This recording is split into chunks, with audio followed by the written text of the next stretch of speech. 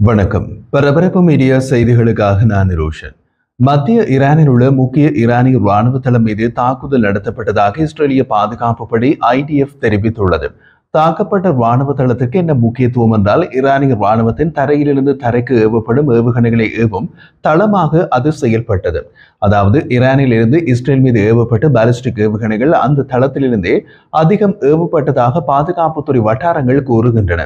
ஞாயிற்றுக்கிழமை முதல் இன்று திங்கட்கிழமை வரை இரவு முழுவதும் IDF-ஆல் அந்த தளம் தாக்கப்பட்டதாக இஸ்ரேலிய ராணுவம் தெரிவித்துள்ளது. ஈரான் இஸ்ரேலிய நகரங்களை நோக்கி ஏவுகணைகளை ஏவ முயற்சிப்பதை கண்டறிந்த பின்னர் IDF ஈரானியர்களின் ஏவுதளங்களை தாக்குவதன் மூலம் ஈரானின் ஏவுகணை ஏவல்களை முறியடிக்க முயற்சிப்பதாக கூறப்படுகிறது. சவுடிக்கு சொந்தமான செய்தி நிறுவனமான அல் அரேபியா மத்திய ஈரானில் உள்ள நட்டான்ஸ் நகரின் பகுதியில் உள்ள இலக்குகளை இஸ்ரேலிய படைகள் தாக்கியதாக செய்தி வெளியிட்டுள்ளது. ஈரான் முழுவதும் உள்ள பிற அணுசக்தி தளங்கள் மீது இஸ்ரேலிய படைகள் ஒரே நேரத்தில் பெரிய அளவிலான தாக்குதல்களை நடத்தியதாக பிற ஆரம்ப அறிக்கைகள் தெரிவிக்கின்றன. ஈரானின் வான் பாதுகாப்பு அமைப்புகளை இஸ்ரேல் தாக்கிய பின் ஈரானின் அணுசக்தி தளங்கள் மீது இஸ்ரேலிய பாதுகாப்பு படைகள் மீண்டும் மீண்டும் தாக்குதல் நடத்துகின்றன. இஸ்ரேலிய தாக்குதல்களுக்கு சில மணி நேரத்திற்கு முன்பு போர்டோ அணுசக்தி நிலையத்திற்கு அருகிலுள்ள கோம் மாகாணத்தில் 2.5 ரிக்டர் அளவிலான நிலநடுக்கம் ஏற்பட்டதாக ஈரானிய நில அதிர்வு மையம் தெரிவித்துள்ளது. அதே நேரத்தில் போர்டோ அணுசக்தி நிலையத்தின் மீது இஸ்ரேலிய விமான தாக்குதல்கள் நடத்தப்பட்டதாக ஈரானிய ஊடகங்கள் செய்தி வெளியிட்டன. இன்று சில மணி நேரத்திற்கு முன்பு டெஹ்ரானில் உள்ள இஸ்லாமிய புரட்சிகர காவலர் படைப்பிரிவு IRGC-யின் அல்குட்ஸ் படைக்கு சொந்தமான உள்கட்டமைப்பு மீது தொடர்ச்சியான தாக்குதல்களை நடத்திய பின்னர் ஈரானிய இஸ்லாமிய குடியரசின் ஆயுத உற்பத்தி திறன்களை பலவீனப்படுத்தியதாகவும் IDF ஒரு அறிக்கையை வெளியிட்டது. ஆபரேஷன் எழும் சிங்கம் தொடங்கியதிலிருந்து ஈரான் ஏவிய 100க்கும் மேற்பட்ட அணற்ற விமானங்களை இஸ்ரேலிய விமானப்படை மற்றும் இஸ்ரேலிய கடற்படை இடைமறைத்துள்ளதாகவும் IDF தெரிவித்துள்ளது. பின்னர் இஸ்ரேலிய விமானப்படை IAF ஜொனான் வானத்தில் ஈலான் நோக்கி சென்று கொண்டிருந்த ஒரு ஆளற்ற விமானத்தை இடைமறைத்து சுட்டு வீழ்த்தியது. தெற்கு இஸ்ரேலிய நகரமான ஈலாட்டிலோ அல்லது அதை சுற்றியுள்ள பகுதிகளிலோ எந்த சைரன்களும் ஒலிக்கவில்லை.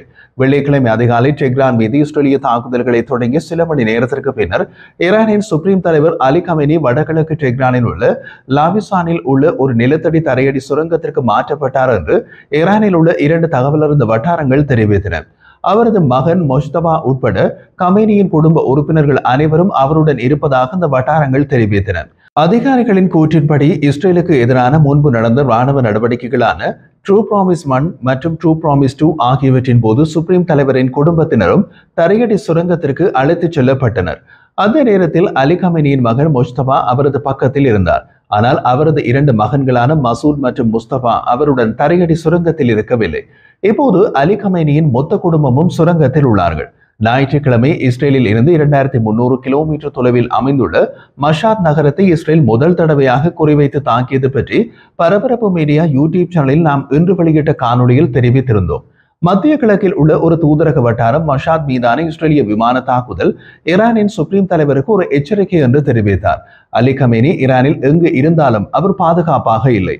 இஸ்ரேலால் ஈரானின் ஆப்கானிஸ்தான் எல்லை வரை தாக்குதல் நடத்த முடியும் என்று காட்டுவதற்கு இஸ்ரேல் அவ்வளவு தொலைவு வரை தாக்குதல் நடத்தி காட்டியது என்று கூறுகிறார்.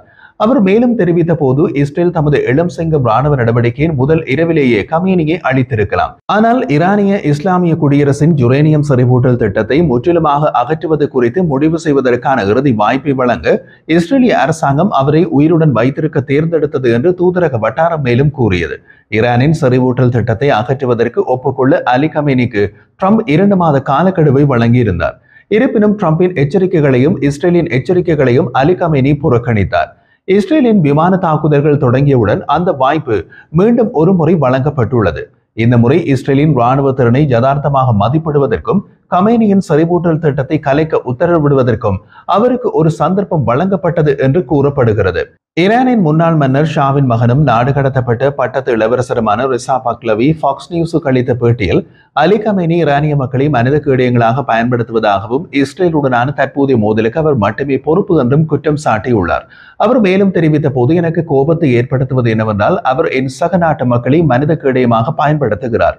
அதே நேரத்தில் அவர் தற்போது ஒரு எலி போல ஏதோ நிலத்தடி சுரங்க பாதையில் ஒளிந்து கொண்டிருக்கிறார். இது ஈரானிய மக்களின் போர் அல்ல, இது அலி கமேனியின் போர். இந்த நிலைமைக்கு நம்மை கொண்டு வந்ததற்கு அவர் மட்டுமே மற்றும் இறுதியில் பொறுப்பு என்று கூறினார். மூத்த ஈரானிய அரசாங்க அதிகாரிகள் ஏற்கனவே தங்கள் குடும்பங்களை வெளிநாடுகளுக்கு அனுப்பியுள்ளனர் என்று பக்லவி மேலும் கூறினார்.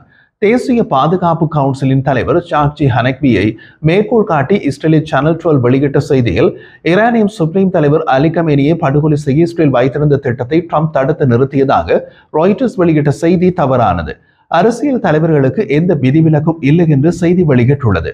சமீபகால நாட்களில் அமெரிக்க ஜனாதிபதி டொனால்ட் ட்ரம்ப் ஈரானின் சுப்ரீம் தலைவரை படுகொலை செய்யும் இஸ்ரேலிய திட்டத்தை வீட்டோ செய்ததாக பெயர் குறிப்பிடப்படாத 2 அமெரிக்க அதிகாரிகளை மேற்கோள் காட்டி ராய்ட்டர்ஸ் செய்தி வெளியிட்டுள்ளது. ராய்ட்டர்ஸ் செய்தி குறித்து இஸ்ரேலிய பிரதமர் பெஞ்சமின் நேதன்யாகு கருத்து தெரிவிக்க மறுத்துவிட்டார். நான் அதில் தலையிடப் போவதில்லை என்று நேதன்யாகு ஃபாக்ஸ் நியூஸிடம் கூறினார். இஸ்ரேலுடனான போரில் ஈரானின் சொந்த எண்ணெய் தளங்கள் கடுமையாக சேதமடைந்தால் மத்திய கிழக்கு பிராந்தியத்தில் உள்ள எந்த ஒரு நாடும் தங்கள் எண்ணெய் ஏற்றுமதி செய்வதை ஈரான் தடுக்கும் என்று ஈரானின் சுப்ரீம் தலைவரின் முன்னாள் உயர் ஆலோசகர் மொஹாமட் ஜவாத் லரிஜானி ஞாயிற்றுக்கிழமை தெரிவித்தார். மத்திய கிழக்கு நாடுகள் எண்ணெய் ஏற்றுமதி செய்வதை அலி கமேனி எப்படி தடுப்பார் என்பதை மொஹாமட் ஜவாத் லரிஜானி கூறவில்லை. ஈரான் போரின் போது ஈரானிய படைகளுக்கு தலைமை தாங்கிய IRGC ஜெனரல் மொக்சேன் ரெசாயும் கிட்டத்தட்ட அப்படி ஒரு எச்சரிக்கையை வெளியிட்டார். அவர் ஈரானிய அரசு தொலைக்காட்சிக்கு கொடுத்த நேர்காணலில் ஈரானிய எண்ணெய் வசதிகள் தாக்கப்பட்டால் முழு மத்திய கிழக்கு பிராந்தியத்தையும் சீர்குலைக்கக்கூடிய நடவடிக்கைகளை எடுக்க ஈரான் கட்டாயப்படுத்தப்படலாம் என்று எச்சரித்தார். மீண்டும் ஒருமுறை தனது ராணுவ சீருடையில் காணப்பட்ட ரெசாய் ஈரான் அதன் சொந்த சிவப்பு கோட்டை கடக்க வேண்டியிருக்கும் என்றும் எச்சரித்தார். ரெசாய் மேலும் தெரிவித்த போது, இப்போதைக்கு அணு ஆயுதங்களை நோக்கி நகரும் திட்டம் எங்களிடம் இல்லை. போர் வாரக்கணக்கில் தொடரக்கூடும். இஸ்ரேலுடனான மோதலில் ஈரான் இதுவரை வெளியிடப்படாத தந்திரோபாயங்களை வைத்திருக்கிறது என்று ரெசாய் மேலும் கூறினார். அரசியல் மற்றும் சர்வதேச ஆய்வுகள் நிறுவனத்திற்கு எதிரே அமைந்துள்ள ஈரானிய வெளியுறவு அமைச்சு தலைமையகத்தை இஸ்ரேல் தாக்கியுள்ளது என்று ஈரானின் துணை வெளியுறவு அமைச்சர் சயீத் கதீப்சாதே தெரிவித்தார். எனது சகாக்கள் உட்பட பல பொதுமக்கள் இரக்கமற்ற மற்றும் வேண்டுமென்றே நடத்தப்பட்ட தாக்குதலில் காயமடைந்து மருத்துவமனைகளுக்கு அனுப்பப்பட்டனர் என்று அவர் மேலும் கூறினார். ஈரானிய இஸ்லாமிய புரட்சிகர படைப்பிரிவு IRGC-யால் நடத்தப்படும் ஊடகம் ஃபார்ஸ் நியூஸ் தகவல் அறிந்த ஆதாரங்களை மேற்கோள் காட்டி இஸ்ரேலுக்கு எதிரான நடவடிக்கைகளில் இஸ்லாமிய குடியரசு இன்னமும் அதன் மேம்பட்ட ஆயுதங்களை பயன்படுத்தவில்லை என்று தெரிவித்துள்ளது. புதிய தலைமுறை ஏவுகணை செஜில் மற்றும் 2 டன் வெடிப்பு முனை கொண்டு கோர்ராம் ஷகார் ஏவுகணை ஆகியவை இன்னமும் பயன்படுத்தப்படாத ஆயுதங்களில் அடங்கும் என்று கூறியது. இஸ்ரேலின் சேனல் 14 தொலைக்காட்சி வெளியிட்ட செய்தியில், ஈரானிய அரசாங்கத்துடன் தொடர்புடைய தளங்களை குறிவைத்து டெஹ்ரானில் இருந்து பெருமளவில் பொதுமக்கள் வெளியேறுவதை தூண்டும் விதத்தில் வடிவமைக்கப்பட்ட ஒரு புதிய தாக்குதல் திட்டத்தை இஸ்ரேல் அங்கீகரித்துள்ளதாக செய்தி வெளியிட்டுள்ளது. அவர்கள் வெளியிட்ட செய்தியின்படி இந்த திட்டத்திற்கு பாதுகாப்பு அமைச்சர் இஸ்ரேல் காட்ஸ் மற்றும் பிரதமர் பெஞ்சமின் நேதன்யாகு ஆகியோர் அங்கீகாரம் அளித்தனர். இஸ்ரேல் மீதான தாக்குதல்களுக்கு பதிலடி கொடுக்கும் விதமாக ஈரானிய தலைமையின் மீது அழுத்தம் கொடுக்கும் வழிமுறையாக தலைநகரில் தேர்ந்தெடுக்கப்பட்ட இலக்குகள் மீது விமான தாக்குதல்கள் நடத்துவதும் இதில் அடங்கும். ராணுவ உள்கட்டமைப்புக்கு அருகிலுள்ள பகுதிகளை விட்டு வெளியேற பொதுமக்களை ஊக்குவிப்பதன் மூலம் டெஹ்ரானின் நிலைமையை சீர்குலைப்பதே இதன் குறிக்கோள் என்று சேனல் 14 கூறியது. இஸ்ரேலிய தாக்குதல்களில் ஈரானிய உளவுத்துறையின் தலைவர் மொஹாமட் கசேமி மற்றும் அவரது துணைத் தலைவர் ஹசன் மொஹாகெக் ஆகியோர் நேற்று கொல்லப்பட்டது பற்றிய தகவலை நமது கடந்த காணொலியில் தெரிவித்திருந்தோம். அந்த தாக்குதல் எப்படி நடந்தது என்ற தகவல் இப்போது கிடைத்துள்ளது. டெஹ்ரானில் உள்ள உளவுத்துறை தலைமையக கட்டடத்தின் மீது இஸ்ரேல் நடத்திய தாக்குதலை தொடர்ந்து இடிபாடுகளுக்கு அடியில் உளவுத்துறையின் தலைவரும் துணைத் தலைவரும் சிக்கிக் கொண்டனர். அவர்களை உயிருடன் மீட்க முடியவில்லை என்று இப்போது தெரிய வந்துள்ளது. இஸ்ரேலுக்கும் ஈரானுக்கும் இடையே நடந்து வரும் போரில் அமெரிக்கா ஈடுபடக்கூடும் என்று ஜனாதிபதி டொனால்ட் ட்ரம்ப் தெரிவித்துள்ளார்.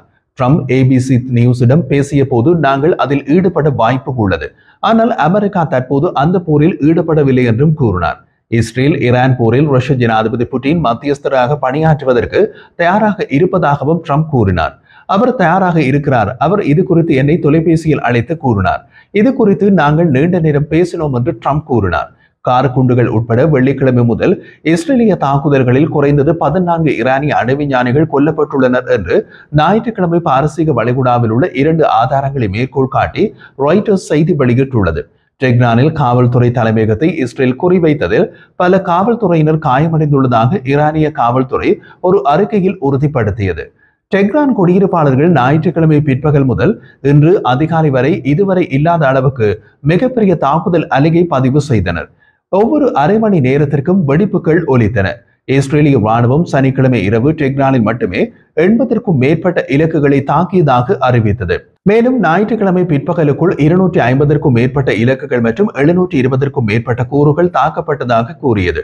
மோதலின் முதல் நாட்களில் தாக்கப்பட்ட ஈரானிய அணுசக்தி நிலையங்களுக்கு அப்பால் இஸ்ரேலின் போர் இலக்குகள் விரிவடைவதை இலக்குகள் குறிக்கின்றன. ஈரானிய தொழில்துறை, உள்ளூர் பாதுகாப்பு படைகள் மற்றும் உள்கட்டமைப்பை தாக்குவதன் மூலம் இஸ்ரேல் ஈரானிய அரசை சீரழிக்கவும், நாட்டின் ஏற்கனவே தள்ளாடிய பொருளாதாரத்தை மேலும் சேதப்படுத்தவும், ஆட்சி மாற்றத்தை தூண்டவும் இலக்கு வைத்துள்ளது என்று முன்னாள் இஸ்ரேலிய அதிகாரிகள் தெரிவிக்கின்றனர்.